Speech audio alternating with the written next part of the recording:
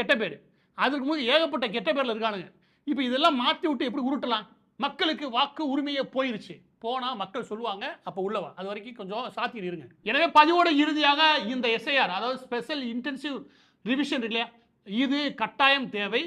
இது இங்க நடக்கக்கூடிய தேர்தல் நியாயமாவும், நேர்மையாவும் எல்லா தரப்புக்கும் அதுக்கான வாய்ப்பு குடுத்து, தவறான மனிதர்கள் யாரும் உள்ள இன்ஃப்ளூயன்ஸ் ஆகாம இருக்கிறதுக்கும், மல்டி என்ட்ரிய தடுக்கிறதுக்காக மட்டுமே இருக்கக்கூடிய விஷயம்.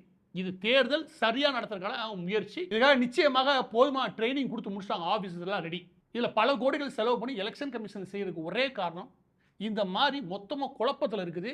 இந்த எலெக்ஷன் கமிஷன் குடுக்கக்கூடிய வாக்காளர் அட்டையுடைய நிலைமை இருக்குல்ல, இத ஒரு தெளிவுக்கு கொண்டு வர வேண்டியது அவசியம். அத செய்யறதுக்காக மட்டும் தான் எலெக்ஷன் கமிஷன் முயற்சி பண்ணுது. இந்த அளவுல மட்டும் தான் அத பார்க்கணும். அத விட்டுட்டு என்ன அவசரம்?